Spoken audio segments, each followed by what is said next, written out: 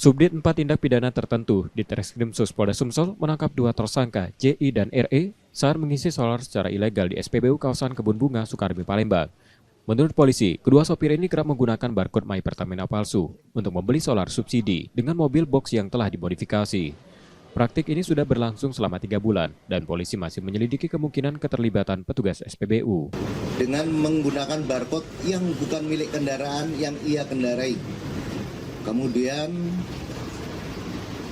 saudara Jenny melakukan pengisian BBM bersubsidi jenis solar dengan menggunakan kendaraan tangki bahan bakarnya yang telah dimodifikasi dari ukuran yang lebih besar, di mana kapasitas BBM kendaraan yang dikendari bermuatan 200 liter, sedangkan kapasitas sebenarnya untuk kendaraan dengan jenis engkel hanya berkapasitas 75 liter.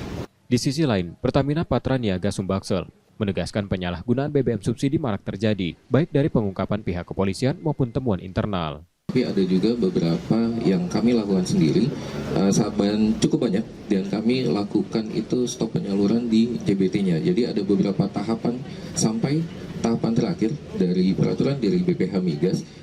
Jika SPBU itu terbukti beberapa kali dalam waktu tersebut dia ternyata terbukti melakukan pelanggaran, bisa dicabut haknya untuk penyaluran solarnya. Sesuai peraturan BPH Migas, SPBU yang terlibat melakukan pelanggaran bisa dicabut izin penyalurannya. Saat ini kedua tersangka masih menjalankan pemeriksaan di Polda Sumsel untuk proses hukum lebih lanjut. Rizky Oktora, Muklas Diferensial, Kompas TV, Palembang, Sumatera Selatan.